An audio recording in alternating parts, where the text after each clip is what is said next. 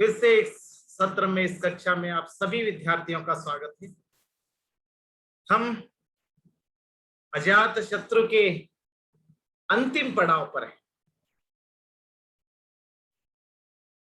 यानी नाटक की समाप्ति के उपरांत हम उस नाटक के पात्र परिचय को हम अध्ययन कर रहे हैं। तो हमने जो कल के दिन, बीते हुए कल के दिन मल्लिका के चरित्र को लेकर हमने चर्चा की है। कई उनके ऐसे व्यक्तित्व के गुण को, एक सद्गुण को हमने इस नाटक में देखा है। शायद अजात शत्रु नाटक के उपरांत अगर किसी स्त्री पात्र के व्यक्तित्व की अगर बात करें तो सबसे पहले जो पंक्ति में आती है मल्लिका। मल्लिका एक सच्चरित्र, करुणा, अहिंसा, कर्तव्य, श्रद्धा की मूर्ति के रूप में नाटककार उसे इस नाटक में दिखाने का कोशिश किया गया है। तो आज हम और एक जो स्त्री पात्र है, उस स्त्री पात्र को विश्लेषण करेंगे, या उस स्त्री पात्र को हम देखने की कोशिश करेंगे। और इस नाटक के द्वारा मगध की जो महारानी है वासवी का चरित्र को हम एक प्रकार से उनके व्यक्तित्व की झांकी को यहाँ पर हम करेंगे, प्रस्तुत करने की कोशिश करेंगे।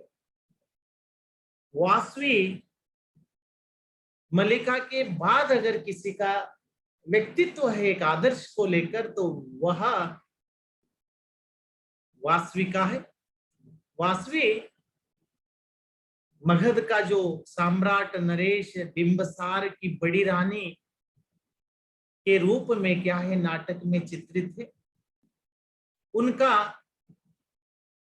कोई राजकुमार नहीं है, यानी पद्मावती नामक एक राजकुमारी है, और उनका विवाह भी वह उनके जो कौशंबी के राजा उदयन के साथ में हो जाता है। वासवी इस नाटक के अंतर्गत एक उच्चतर मानवीय मूल्यों को कायम रखने का काम किया है। अजात शत्रु नाटक में ऐसे कहीं भी जो संदर्भ नहीं आता कि वासवी का चरित्र गिरा हुआ है, वासवी ने कोई कुकर्म किया है, वासवी ने कोई गलत काम या षड्यंत्र का काम करके अपने पिता को कहो या अपने पति को या अपने कोई पुत्र को, या यूं कहे कि अपने यहाँ तक कि अपने विरोधियों को भी उनके प्रति षड्यंत्र का जो काम वासवी कहां पर भी नहीं करती। तो वासवी एक प्रकार से एक मात्र हृदय की मानवीय मूल्यों को कायम रखने का काम करती हुई इस अजात शत्रु नाटक में चित्रित हुई एक स्त्री पात्र है। तो सबसे पहले देखिए, माता का हृदय उनका बलिष्ठ पक्ष हमें दिखाई देता है। माता का हृदय यानी नाटक में प्रारंभ से लेकर अंत तक अपने पुत्र के प्रति, पुत्र तो उनका है नहीं, पुत्र है छलना का, तो छलना के पुत्र को भी अजात शत्रु को अपने पुत्र मानती है। इस राजा का जो अगले बनने वाला जो सम्राट होगा वही अजात होगा। तो वे हमेशा अजात शत्रु को भी अच्छी शिक्षा दिलाने के लिए, अच्छे संस्कार देने के लिए हरदम प्रयास करती रहती है। उसे एक अच्छा राजा बनाने के काम में वे लगी रहती है। लेकिन छलना जो एक ऐसी है कि छलना इन्हें अपने उनके बेटे के प्रति उनके उदार भाव को त्याग देती है। तो इस प्रकार से हमेशा छलना ही यहाँ पर क्या है, वासवी और उनकी बेटी पद्मावती का अपमान करती रहती है, उन्हें पछाड़ती रहती है, उनका विरोध करती रहती है, उनका भर्त्सना करती रहती है। तो दुखी होकर एक बार जब उनके पुत्र से प्यार करती है, फिर भी क्या है, छलना के उस कुछ कहे जाने पर वे कहती है, छलना बहन यह क्या कर रही हो। छलना को कहती है, छलना क्या है, अपने पति की ही दूसरी रानी है। छलना बहन ये क्या कर रही हो, मेरा वत्स कुणिक, यानी किसे कर रही हो, वो अजात शत्रु को, मेरा वत्स, मेरा बेटा, मेरा कुणिक, प्यारा कुणिक, हाँ भगवान मैं उसे देखने न पाऊंगी, मेरा क्या अपराध। सील और विनय का यह दुष्ट उदाहरण सिखाकर बच्चों की क्यों हानि कर रही हो। तो वे जब अजात शत्रु को क्या है, शिक्षा दीक्षा देने में जब कमजोर पक्ष या छलना का दिखाई देता है, या उसे सही रास्ते के भटकाने की कोशिश जब छलना करती रहती है, तब क्या है, इस बातों को क्या है, वासवी कहती है। इस प्रकार वासवी के जो माँ का हृदय है वे प्रबल पक्ष के रूप में नजर आता है। यहाँ पर अगर मात्र हृदय को अगर देखा जाए तो शायद ही इस अजात शत्रु नाटक में इसके समानता करने वाली कोई माँ नहीं दिखाई देती। ऐसे तो षड्यंत्र करती हुई माँ दिखाई देती है, लेकिन ये षड्यंत्र के उपरांत भी क्या है, अन्य दूसरे के बेटे को भी अपना बेटा समझती है। समुद्रदत्त के प्रति वासवी का प्रेम उस समय भी दिखाई पड़ता जब अजात शत्रु प्रसेनजीत द्वारा क्या है बंदी बना लिया जाता है, तो वासवी ही प्रयास करके क्या है, समुद्रदत्त को छुड़ाती है। ना भाई, खोल दो, क्योंकि इसे मैं दुखी देखकर बात नहीं कर सकती, मेरा बच्चा को नहीं। तो इस प्रकार से क्या है, जो वासवी है, वासवी क्या है, अजात शत्रु क्यों न हो, अन्य कोई भी जो इस नाटक के पात्र क्यों न हो, सबके प्रति उदार और क्या है, दयालु करुणा की मूर्ति के रूप में नजर आती है।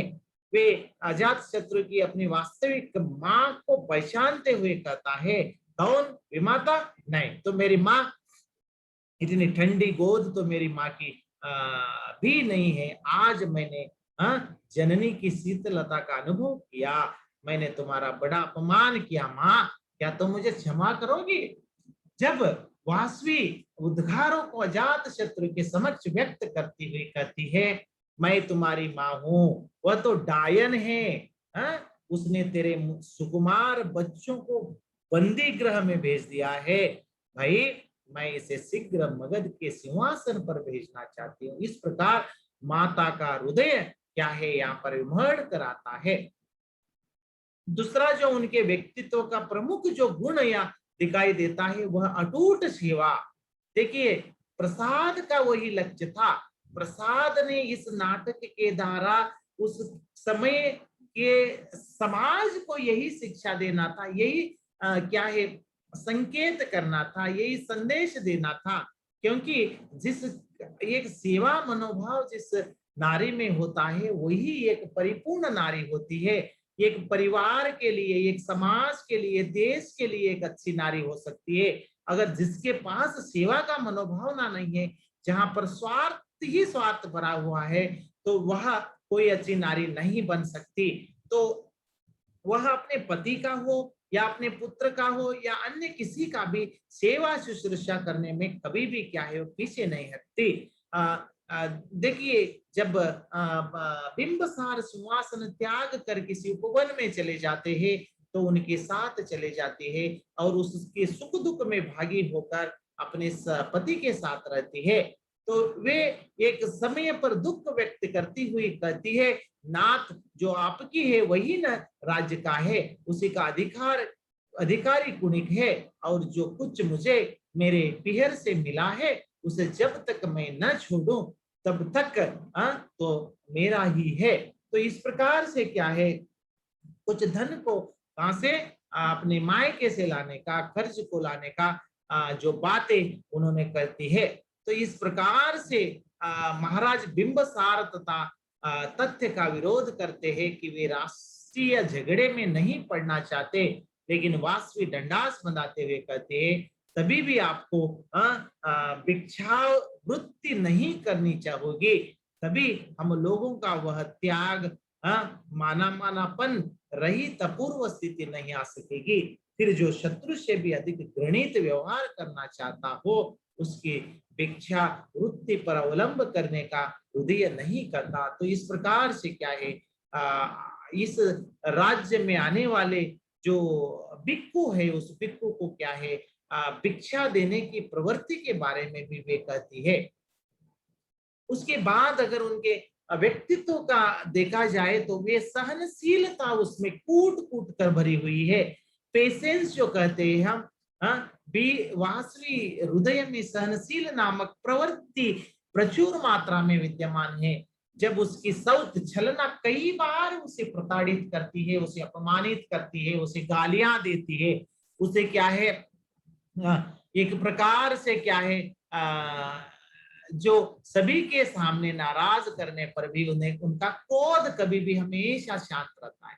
सीधी सादी स्त्री के रूप में, भोली भाली स्त्री के रूप में, कुणिक तुम्हारे पास न हो जाने पाओगे, और तुम यदि भलाई चाहो तो प्रलोभन न देना। तो इस प्रकार से क्या है, वह हमेशा अंत में क्या है, छलना को क्या है, वे कहती है कि उसके जो बेटा है या राजकुमार है, किसे इस नाटक के जो नेता या नायक अजात शत्रु को जाकर कौशल से बंद मुक्त करवाने की कोशिश भी इन्होंने करती है। तो वे कहती है जाओ बहन, जाओ सिंहासन पर बैठकर राज कार्य देखो, व्यर्थ झगड़ने से तुम्हें क्या सुख मिलेगा और अधिक तुम्हें क्या कहूं तुम्हारी वृद्धि। तो इस प्रकार से क्या है, एक सहनशीलता की मूर्ति के रूप में नजर आती है, क्षमाशील की प्रवृत्ति भी इनमें नजर आती है। जितने अजात शत्रु हो या छलना हो, इन दोनों को क्या है, वे माप करती है। वे क्या है, स्वयं अजात शत्रु को जाकर वहां से बंद मुक्त करवाकर वापिस लाकर उन्हें क्या है, इस मगध का राज सिंहासन गद्दी पर बिठाने की कोशिश वह करती है और उन्हें माप भी करती है। वह अजात शत्रु जब अपनी माँ की गोद में सर डालकर कहता है माँ मुझे माफ कर दो, तब वे कहती है नहीं, माँ से कोई क्षमा मांगता है क्या। तो इस प्रकार से क्या है, जात शत्रु को भी इसके लिए हुए कृत्यों के लिए माफ कर देती है और वासवी मलिका को छोड़कर अन्य स्त्री पात्रों में अत्यधिक सहनशील चरित्र या व्यक्तित्व वाली नारी दिखाई देती है। उसके साथ साथ उन्हें वसुदैव कुटुंबकम की जो भावना है उसमें है।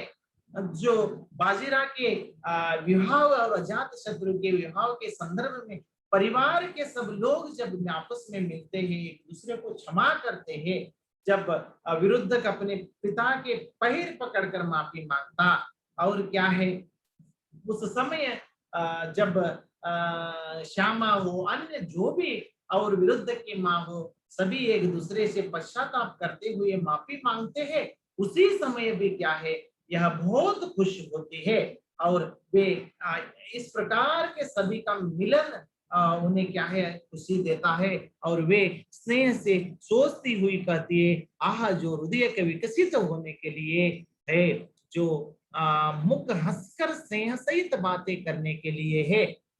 देखिए हृदय विकसित होने के लिए और मुंह क्या है, स्नेह सहित बातें करने के लिए है। उसे लोग कैसा बिगाड़ लेते। भाई प्रसेन, तुम अपने जीवन भर में इतने प्रसन्न कभी न हुए होंगे जितने आज है। कुटुंब के प्राणियों में स्नेह का प्रचार करके मानव इतना सुखी होता है, यह आज ही मालूम हुआ होगा।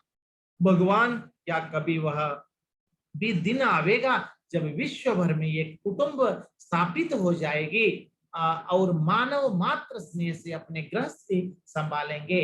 1921 का समय जो था, एक महायुद्ध समाप्त हो चुका था। प्रसाद के सामने ऐसे कई प्रश्न थे और द्वितीय महायुद्ध का आरंभ भी होने का संकेत दिखाई दे रहा था।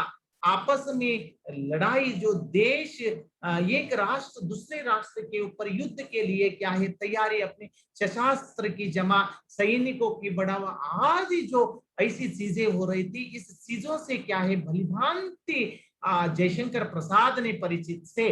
तो इन स्त्री पात्र के द्वारा क्या है, वासवी के द्वारा वसुधैव कुटुंबकम यानी सारा विश्व को एक कुटुंब के रूप में एक संदेश देने का के काम क्या है इस स्त्री पात्र द्वारा हुआ है। और उन्होंने बुद्ध जो हाँ क्या है बुद्ध के नियम है, बुद्ध सिद्धांत पर भी अटूट विश्वास करती है, महात्मा बुद्ध की शिक्षाओं का अनुगामिनी है, अहिंसा में विश्वास रखती है। तो इस प्रकार से क्या है वासवी नाटक का एक शांत प्रदत्त पात्र के रूप में दिखाई देती है कि कभी भी हमेशा हसनमुखी होकर शांत से रहने वाली क्या है एक स्त्री पात्र के रूप में हमें नजर आती है। तो इस प्रकार से वासवी का चित्र क्या है, एक भारतीय सुसंस्कृत, एक करुणा से भरी हुई, कर्तव्य से भरी हुई, पति परायण को अपने काम यानी कर्तव्य समझने वाली स्त्री इस नाटक में क्या है प्रसाद ने एक समाज को एक संदेश के रूप में उसे बाहर लाने का कोशिश किया है और उसमें सफल भी हुआ है।